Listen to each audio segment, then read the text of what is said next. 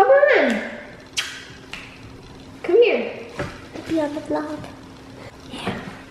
There, that feels better. I went to Carolina, and Jane Murray is the organizer, and they do just an excellent job of putting on a really great event. It had a record number of horses for them in the CICs, which was really, really great. They're really trying to make it a kind of a premier event on the East Coast. For the riders, it was a lot of fun. They do a good job with the footing there. They really had beautiful courses. The stabling, you know, we were able to park right next to our stables, which is really convenient. You know, you're able to take your dirt bikes and such pretty much around and get from A to B very easily, which some places can be a little bit more difficult. So it was really cool. We got these nifty little packets, cool little pouches, and they really thought about the riders in this, which I got such a giggle out of. Obviously my hands are dirty, so maybe I need to use the wet ones on my hands. So they gave us some emergency because we're always sick. I didn't even notice this. We have anti-acid in there. Look at that. Ballistics, because we're always windburned or sunburned. Oh, Band-Aids.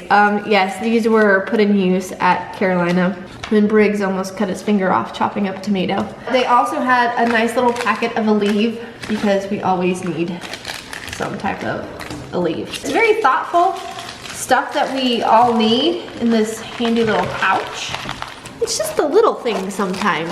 Just the little things. I really appreciate. And then we got some nice little hand towels, which I thought was pretty cool.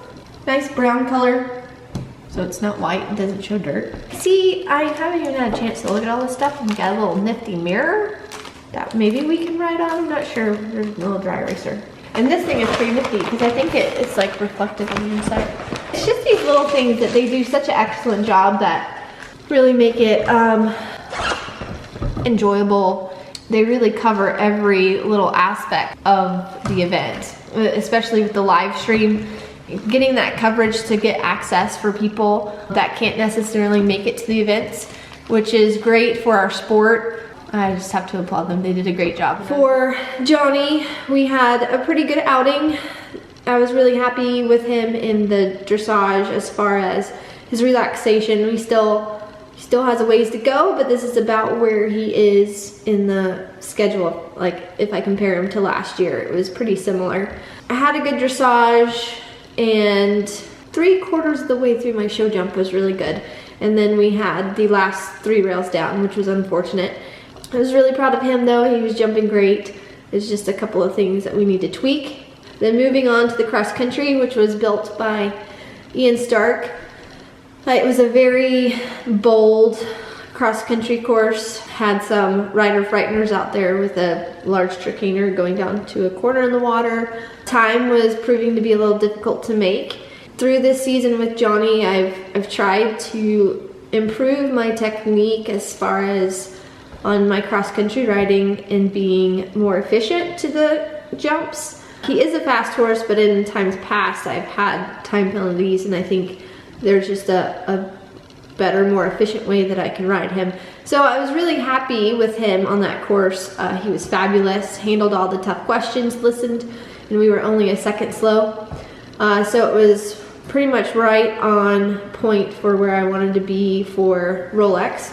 For him, these next 2 weeks, or we're like 3 weeks out, are important. I leave and head down to Ocala to train with David and Karen O'Connor. So that will be really good in making sure we're all fine-tuned for Rolex. For Wynn at Carolina, it was another big atmosphere for her. She had just come off of Red Hills, which was her second prelim, and proved to be a pretty big course for her. In hindsight, I should have probably dropped her back down to training level just to kind of reboost her a little bit. She didn't score very well in dressage. She was tense and nervous because there was a lot of atmosphere. There was like glowing inflatable things around and lots of people, and so she kind of just went into her little tension Mustang mode. The show jump, I had 3 rails with her. She was jumping great, but proved to be a little spooky. They had some brush roll tops. On cross country, she was doing great. It had rained a fair bit, and the footing there had, it was sand, so it had kind of disintegrated a little bit in certain spots. So So she slipped pretty good twice. She doesn't have shoes, which haven't bothered us in the past. We came down to a combination where we were going down a hill and she had slipped again, and it was a very, very large brush, and she has been a little spooky about brushes anyhow. She just kind of decided to drive right by it. She's not a stopper. I came back around to try to teach her to get a little close to the fence, to teach her that she could just brush through it, that it didn't need to be a big effort, especially going straight down the hill. And she just didn't want to go. So I opted to retire. She wasn't, worried or anything like that. Just going back to the drawing board and building her confidence back up a little bit. As far as the training for the brush fences, it's a fairly simple exercise, which I find a little entertaining because she did all the hard stuff really well. I'm happy with where she is. Nothing's wrong with her. She's perfectly healthy. She's full of herself this week too. Exciting stuff for her. I think she's going to do really well in the summer and fall, so that will be fun. Moving on to Borneo, I was really proud of him. He did the 2-star test and put down a pretty good test. Show jump was tough. It was on the grass. Had 3 rails again. It was really consistent. He jumped great. He jumped a lot of the spooky stuff really well, and I was happy with him overall. Just a little frustrated with myself, I guess, riding wise, which is pretty typical for us riders, that we want to be perfect all the time, but it doesn't always happen. On to cross country. The 2-star course was really tough. It was knocking people out left and right. People were having stops.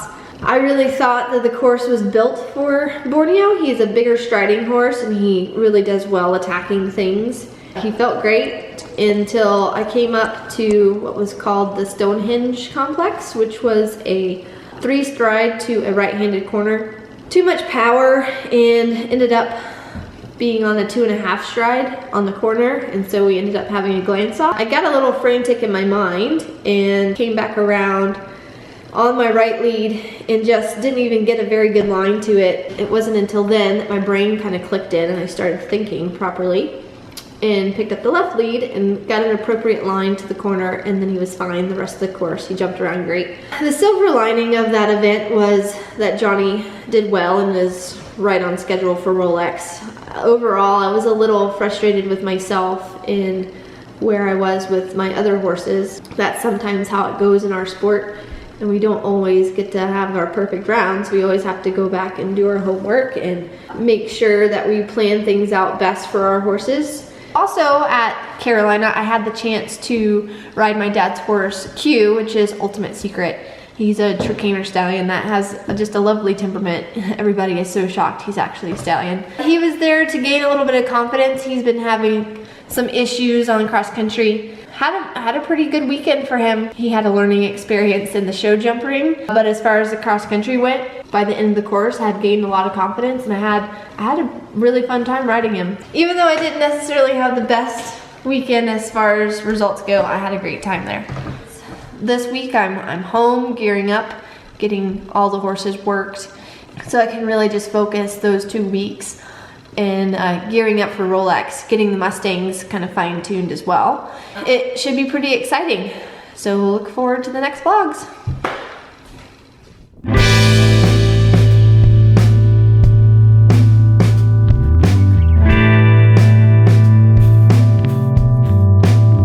This is the Monte Carlo that Elisa helped us design the seat. She shallowed out the seat for us.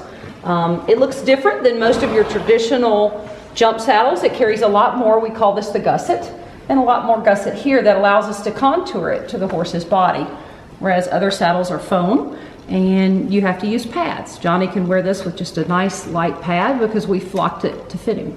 And then the nice shallow seat gives Elisa a nice place to sit where she's not in a pocket. She's not dropping into a hole. So, and of course the blue piping looks snazzy. Yeah. That's the monoflap design. Got a nice high block here. Comes in different flaps, and then the tree's fully adjustable. So we can take it in or out from a perch on to a thoroughbred.